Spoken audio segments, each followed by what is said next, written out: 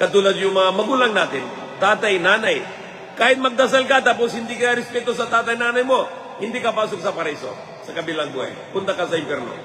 Sabi ng Allah, sa Quran, thanks to me and thanks to your parents. Magsalamat ka sa akin at salamat sa magulang mo. Dahil yung magulang natin na malaki ng sakripisyo. Kahit 24 hours day, yung magdasal ka rin. Kung hindi ka respeto sa magulang mo, masama ka tao. Kahit may tao na mas matanda sa iyo, respeto sa kanya. Dahil sabi ni Prophet Muhammad SAW, whoever is not respect our elders and whoever is not care for our young ones, he is not among us. Kung wala ka na respeto na mas matanda sa iyo, hindi ka na pananampalataya, sabi ni Prophet Muhammad SAW. Kung may sabihin sa isang tao na mas matanda sa iyo, huwag na sabihin mo, o bigay mo tubig sa akin, masama. Sabi mo, bigay mo sa akin tubig, Mag-respect sa yung magulang, yung mga matatanda sa iyo. Hanapin mo lahat ng maganda ugali sa Quran at sa buhay ni Prophet Muhammad SAW. At ito na gagawin mo. At huwag na gagawin ng yung masama.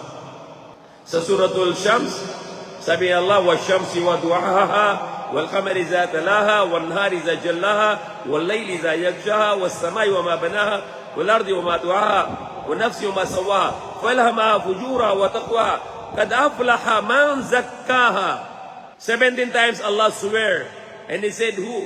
Surely the successful is the one who clean himself. Magmalinis sa sarili mo. Malinis utak natin. Malinis tingin natin. Malinis madinig natin. Malinis puso natin. Hindi ka tingin ng masama. Bawal tingin ng bold. Bawal tingin ng yung babae na parang hubad. Bawal corruption. Bawal magnanakaw. Kung magnanakaw ka, corruption ka, maging marumi ka rin. Kung salita mo marumi ka rin. Sabi ng Allah yung katotohanan na yung tao ng nakumpay na siya nang maging malinis. Dito masjid natin dapat malinis. Mga bahay natin malinis. Bayan natin dapat malinis. Walang tapon na marumi, walang gawa ng marumi. Laging tayo nagawa ng malinis. At tahara nisful iman. Paglinis, kalahating pananampalataya na Islam. Malinis utang natin, malinis puso natin, malinis mga bahay natin, mga masjid natin. Lahat ng lugar dapat malinis. Hindi marumi. Malinis kaluluwa natin.